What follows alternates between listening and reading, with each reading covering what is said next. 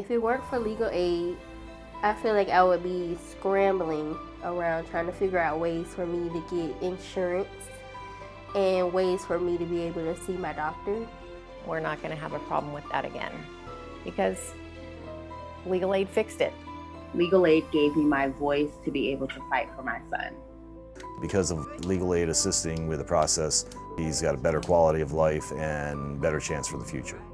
Honestly, without legal aid, I would not know our rights. I would not know where we stood. I would have no idea where to start. Thank you very much, legal aid. Hi, I'm Jim Kowalski, the CEO of Jacksonville Area Legal Aid. Welcome to our Facebook Live event. This is certainly not what we had planned originally, but the COVID-19 virus has affected this event just like it has everything in Northeast Florida and throughout the world. Instead of our annual cocktail party, please pull up a seat and make a virtual toast to Jacksonville Area Legal Aid and the Northeast Florida Medical Legal Partnership, and give if you can. Remember, all donations are matched at 125% by the Baptist Foundation. Meanwhile, we will fill you in on all that we are doing to help those in need in our community. The people you just saw are the reason why we're having this celebration of the Northeast Florida Medical Legal Partnership, and they're why we have come together virtually to help celebrate and honor Dr. Paul Pitel for his important contributions to this program and to his patients. First, we'd like to recognize the members of the Bridges to Justice Committee, whose names are on the screen, and our sponsors, Nelson Mullins, Nemours, and the Northeast Florida Pediatric Society. We're grateful for their involvement and support. Medical legal partnerships are a response to the fact that 60% of a person's health is determined by socioeconomic factors, such as access to health insurance, safe housing, and financial stability.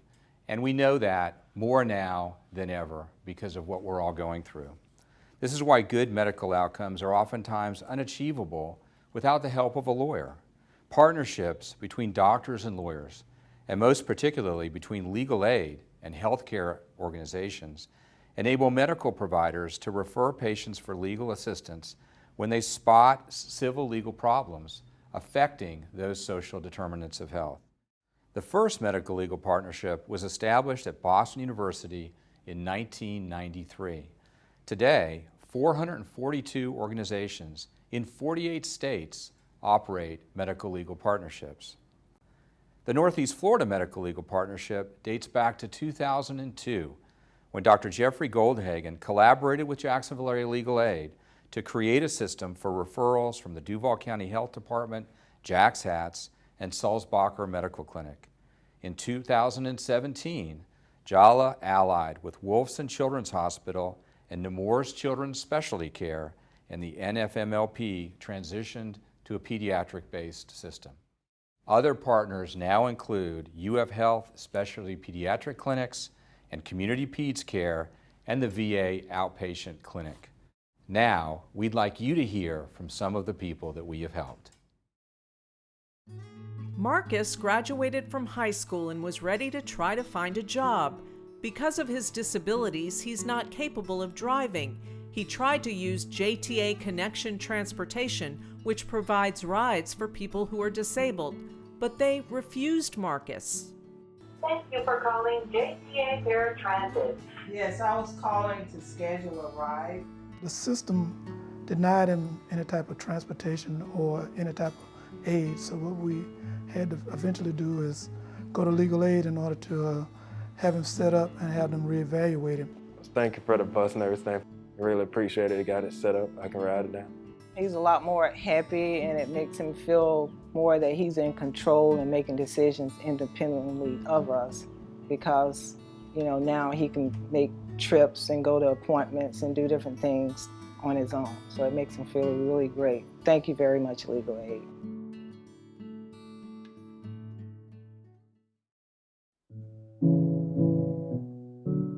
Isaac was born 2 months prematurely, and he has always been a total dependent special needs child. He can't walk, he can't talk, he can't eat, but he can love When you look at him, the boy, his smile will win over any heart. We lost the insurance coverage that we had for Isaac, and we lost his nursing with that. No matter who you called or who you mailed a letter to or what channel you tried to get advice from, you got nowhere fast. Katie was able to get through the channels that we as parents were not able to get through. When you say that you have an attorney to assist you or you've got the backing of legal aid to help you, doors seem to open up and things that you couldn't make happen magically happen for you. Where's your nose? There's your nose and your eye. He's always a happy boy. Because of legal aid assisting with the process, he's got a better quality of life and better chance for the future.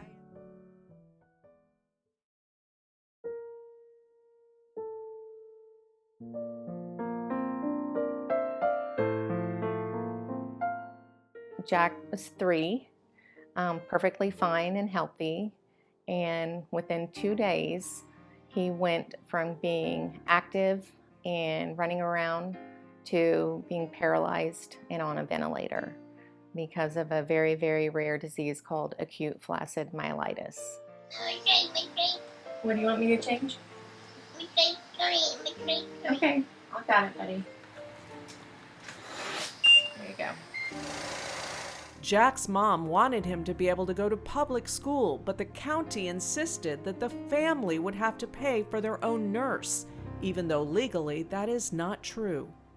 By federal law, they have to provide one, and they just weren't going to do that very easily.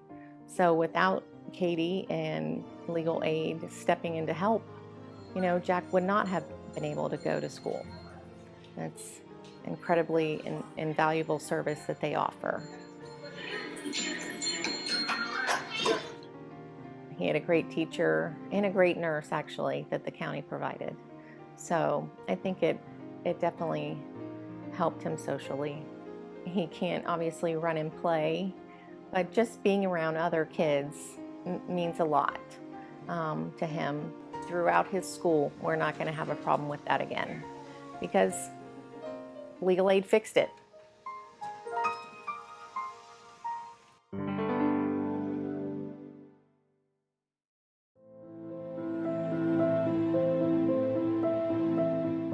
Lorenzo is a miracle baby, born at 23 weeks, and he spent his first 11 months in the hospital.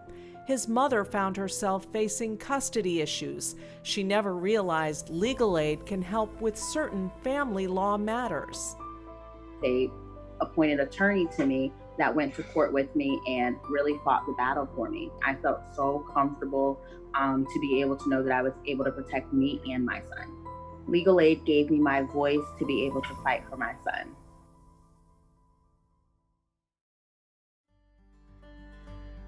Amber was born with multiple disabilities and qualified for Medicaid her entire life, but when she turned 18, her life-saving health insurance was cut off. She was declared to be no longer disabled. There was a mountain of red tape, and it seemed there was nothing she could do on her own to change that, but legal aid could. When I was denied the Medicaid, we tried to go through the appeals and everything, so that's where legal aid came into play. If it weren't for legal aid, I feel like I would be scrambling around trying to figure out ways for me to get insurance and ways for me to be able to see my doctor. And I'm thankful for them because I don't have to do that now. I have the reassurance that I'm able to go see my doctor whenever I need, and I'm just grateful for that. What it means for me to have it back is that I could, stay on top of my doctor's appointments and that I can get the treatment, and the care that I need, basically, because I do have the same medical issues and I will have them until, I'm old. The story you just heard about Amber was recently used in an amicus brief filed with the United States Supreme Court to emphasize the importance and impact of new Medicaid categories. This type of work, where we take a single child's story and how we solved it and share that, has a much larger impact on children all over the state and all over the country. Today, in addition to providing legal help each year for 200 pediatric patients and their families, JALA trains healthcare workers on how to spot these legal issues and collects and analyzes outcome data. This data shows us a tremendous return on investment, with nearly $200,000 in health insurance and other benefits secured and $100,000 in potential costs avoided for medically complex children just in 2018 to 2019. Providers unanimously agree the NFMLP improves their patients' health and quality of life and improves their ability to deliver services, with one going so far as to say they sleep better at night, knowing the partnership is there. Making sure the partnership will always be there has become something of a mission for Gunster shareholder Mike Freed, who in 2017 began running a 6-marathon series. That's 6 marathons in a row, day to day to day to day, from Tallahassee to Jacksonville, to raise money for our NFMLP. Known as Freed to Run, the event that raised $70,000 that first year has now helped raise more than $1 million, thanks in large part to the Baptist Health Foundation, which agreed to match all donations to the endowment at 125%, up to $1.25 million, with the goal of raising $2.25 million overall to fund the partnership in perpetuity. Teams and sponsors from throughout Northeast Florida participate. You can support this endowment and have your gift generously matched by the Baptist Health Foundation at 125% at www.jaxlegalaid.org/Bridges to Justice. Next, we'll hear a few words from the man himself, Mike Freed, about why he's run 18 marathons to support the Northeast Florida Medical Legal Partnership and is about to run 6 more. Thanks, Jim. The reason we do Freed to Run is because it's a really efficient way to raise money for the Northeast Florida Medical Legal Partnership. We run 6 marathons in 6 days. Last year we had over 200 runners that joined us. We hope to have as many this year, if not more, from November 16th through the 21st. It's about running, but it's not only about running. We bring out people that walk, some that bike ride. Elite Parking is generous enough to donate a bus each day that brings people out, lets people get on and off the bus and have a great time. We try to bring the same passion to running and to raising money for the Northeast Florida Medical Legal Partnership that JALA does in providing legal services through the Northeast Florida Medical Legal Partnership, and that the parents of the pediatric patients do in trying to help their children live a normal life in some very, very difficult circumstances. What we found is that when we captivate people with our efforts running, they get captivated by the cause. They know that the legal community and the healthcare community and the business communities are behind this cause, and they've come out in a huge way. That's why we've been able to help JALA raise over $1 million in just 3 years, and we're going to do even more in the next year and in the years to come. The biggest challenge with Freed to Run is finding time to train, and if you'll forgive me, I'm actually on my way right now.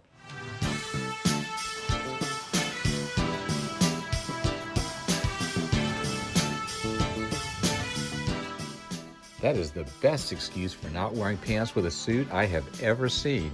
And that reminds me, I better get out there and start training. Ultimately, this is all about children and their families, and the more we can help, the better. Our hardworking legal aid lawyers found that time and time again, medically disabled people were being cut off from Medicaid erroneously without notice. This wasn't just happening in the case you're about to see. It was happening to families all over Northeast Florida and all over the state. And now we fixed it all over the state.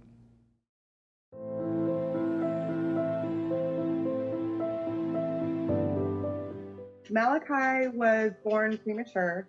At 9 months, he had his first seizure. It took a long while to actually get a diagnosis of Lennox-Gastaut syndrome. Since then, he has seizures every single day. He's had hundreds of seizures a day. So Malachi has definitely had Medicaid his whole life. He's on multiple medications. That's thousands and thousands of dollars a month, home health care, equipment, all that stuff. One day we called to get his medications refilled, and we were told we had no insurance. During that time period, I can't tell you the fear that we've actually had. It was just a nightmare. terrifying. So legal aid ended up calling the insurance company. They also talked to our home health care agency.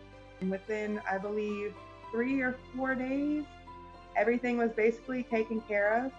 Legal aid has always been there for us, and we know that we have somebody fighting in our corner for us, which is a huge relief as a parent with a special needs medically disabled child. What do you got? I see you. Honestly, without legal aid, I would not know our rights. I would not know where we stood. I would have no idea where to start. He still sees us every day, but to know that we don't have to worry about trying to refill his prescriptions or getting the care that he needs, going to the doctor, that is a huge weight off our shoulders.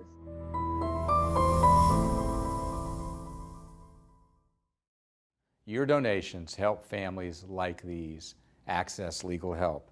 Again, you can donate online during this event, and your donations will be matched 125% by the Baptist Foundation. We're proud to say that just a few short months ago, JALA and its partners settled this lawsuit, providing benefits to 20,000 Floridians. Also, we are honored that our team from JALA, the Florida Health Justice Project, Disability Rights Florida, and the National Center for Law and Economic Justice were recognized with the Goldstein Van Nortwick Award for Excellence for their work on this impactful case. Now, we'd like to take a moment to talk about a young man who is a client of our medical legal partnership. Christian was diagnosed with bone cancer and was in a wheelchair. His family was renting a home that had a broken garage door, and Christian literally had no way to leave his home. But our JALA attorneys went to work and forced the landlord to fix the garage door and give Christian his freedom. I wanted to go outside a lot, I wanted to, do normal teen things, just go, maybe go outside or go to the mall or something. Thanks to legal aid now I can get out, and I love to hang out with my friends, and for a 14-year-old that means a lot.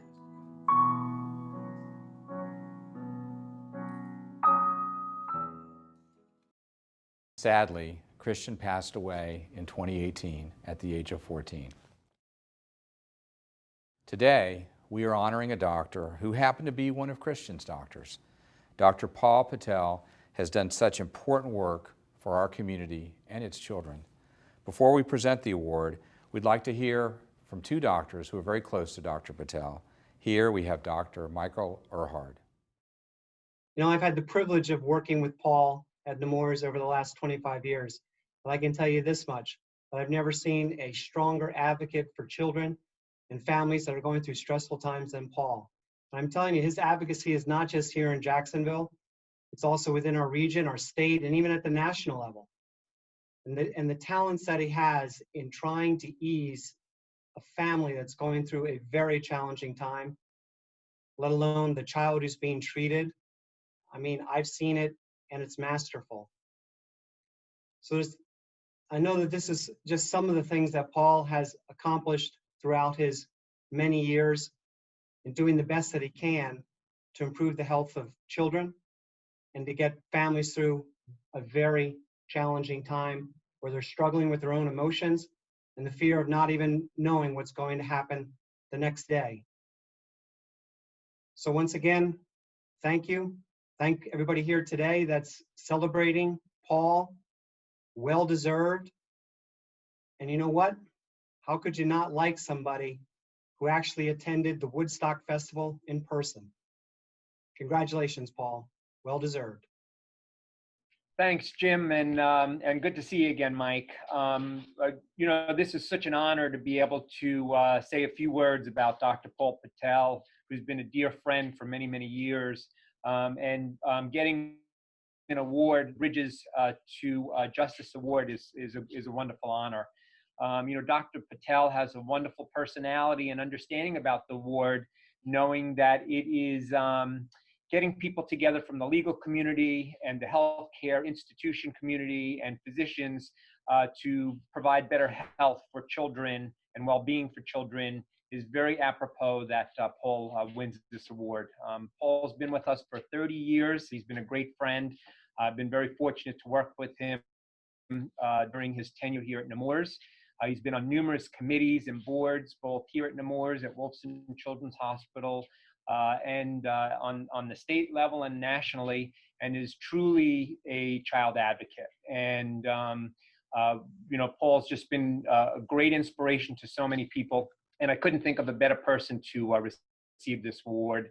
I want to congratulate you, Paul. Well-deserved, well-earned, and you're a terrific friend and colleague. So thank you for that, and congratulations. And now, to present the award, we have with us last year's Bridges to Justice Award recipient, Megan Dank, Executive Director of the Players Center for Child Health at Wolfson's Children's Hospital. Thanks, Jim. It's an honor to present Dr. Pitel with this award. I've had the pleasure of working with him for a number of years through Wolfson Children's Hospital and our partnership with Nemours Children's Specialty Care, but also through the Florida Association of Children's Hospitals. And I can tell you that anyone that's willing to work on changing policy for children has to be passionate about what they're doing. And Dr. Pitel has shown that through his career. For the benefit of those who don't know him as well as I do, Dr. Pitel chaired the Department of Pediatrics at Nemours Children's Specialty Care in Jacksonville since 1997. He specializes in treating children with cancer. A native of Brooklyn, New York, Dr. Pitel earned his bachelor's and medical degree at Brown University in Providence, Rhode Island. He served on boards of many organizations devoted to children's health, has authored numerous peer-reviewed journal articles and book chapters on pediatrics and hematology oncology, and has taught pediatrics at Brown and the University of Florida. A towering figure in children's health in our community, he's been central to the development and operation of the Northeast Florida Medical Legal Partnership over the years.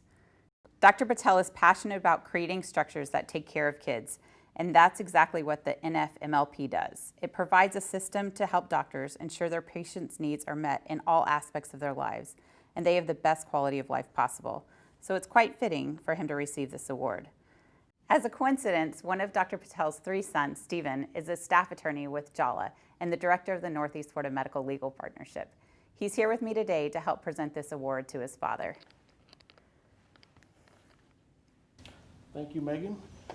Dad, on behalf of the Northeast Florida Medical Legal Partnership and Jacksonville Area Legal Aid, it is my honor to present you this award along with Megan. Thank you.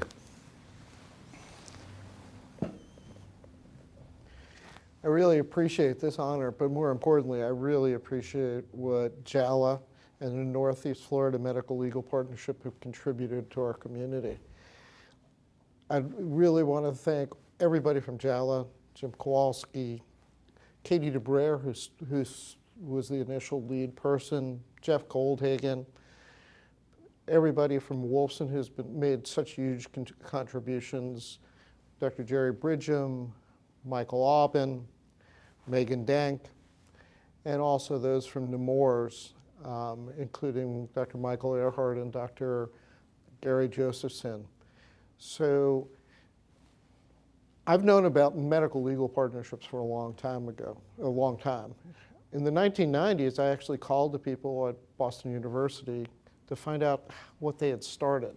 And then I talked to some people at Boston Children's. And what was really clear was what a medical legal partnership could contribute to what we otherwise do. That is, we all know that about 20% of healthcare is what we as physicians and nurses and other medical providers do.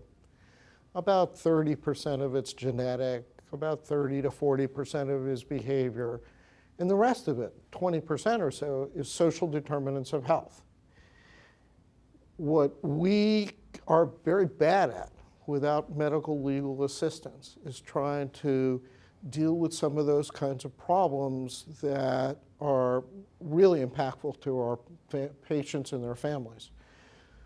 The story you heard about Christian, one of our oncology patients, is very clear. We couldn't make that stuff happen for the family without legal input. And so everything else we would do around that, if it's a child who has asthma, which is exacerbated by mold in the house, unless we can get somebody to address those problems, we are just patching up the holes. If it's an issue like Christian had, we can't give them the freedom to move about without that kind of legal input. And so as healthcare systems and as providers, we need that kind of input. And when I got first involved with this work is when Stephen joined JALA. And shortly thereafter, I got a call from Stephen with Katie DeBrere saying what their issues were and what they were doing. And I only knew about it kind of distantly. And I met with Katie, and it became clear to me that this was something that needed to be supported by the major healthcare institutions in the community, because it was our patients, their families, and our institutions that really benefited from this. So it actually was not a very hard sell that this was a critical thing for our community. And I want to thank everybody who has contributed to that and is contributing to the Baptist Foundation to further this so that it can exist ad infinitum. And so thanks to everybody who has made contributions, to the institutions that are supporting it, and to JALA and the law firms that are supporting them. So thank you. It's my honor, but it's really important for the community. Although we couldn't be together as we normally would, we thank everyone for watching this event and joining us virtually. And if you'd like to donate now or in the future, all donations are matched by the Baptist Foundation at 125%. That concludes our event. Thank you all.